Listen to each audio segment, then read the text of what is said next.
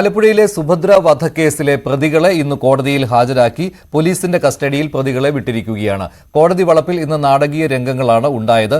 മാധ്യമങ്ങൾക്ക് മുന്നിൽ പ്രതിയായ ശർമിള പൊട്ടിക്കരഞ്ഞു. തെറ്റ് ചെയ്തിട്ടില്ലെന്നാണ് ശർമിള മാധ്യമങ്ങളോട് പറഞ്ഞത്.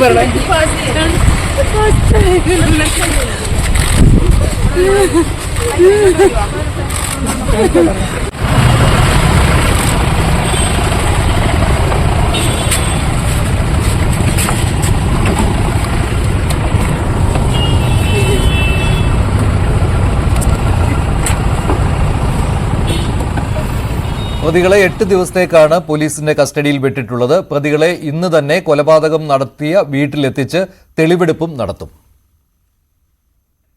ശരണ്യ സ്നേഹജൻ ചേരുകയാണ് കൂടുതൽ വിവരങ്ങളുമായി.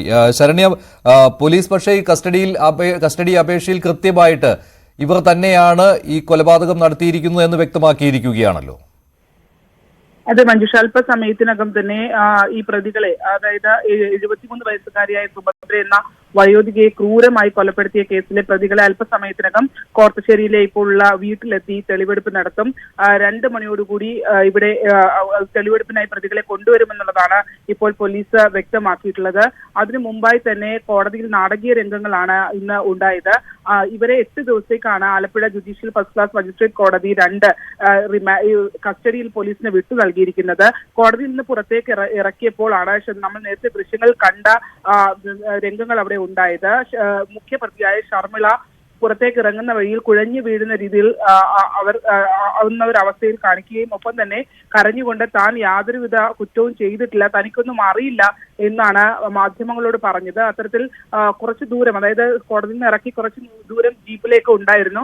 ആ ഭാഗത്ത് വെച്ചാണ് ഇത്തരത്തിൽ തുടർച്ചയായി ഇവർ കരഞ്ഞുകൊണ്ട് ഇങ്ങനെ പറഞ്ഞത്. പക്ഷേ അങ്ങനെയല്ല, ഈ സംഭവങ്ങൾ നടന്നിട്ടുള്ളത് അതിക്രൂരമായ കൊലപാതകം നടന്നിട്ടുണ്ട്. മാത്രമല്ല ഈ കൊലപാതകത്തിൽ ഇവരെ കൊലപ്പെടുത്തിയത് ശർമിളയും ഒപ്പം മാത്യുവും ഒരുമിച്ച് ചേർന്നാണ് എന്നുള്ളതാണ് കോടതിയിൽ പോലീസ് അത്തരം കാര്യങ്ങളാണ് പോലീസ് വ്യക്തമാക്കിയിട്ടുള്ളത്.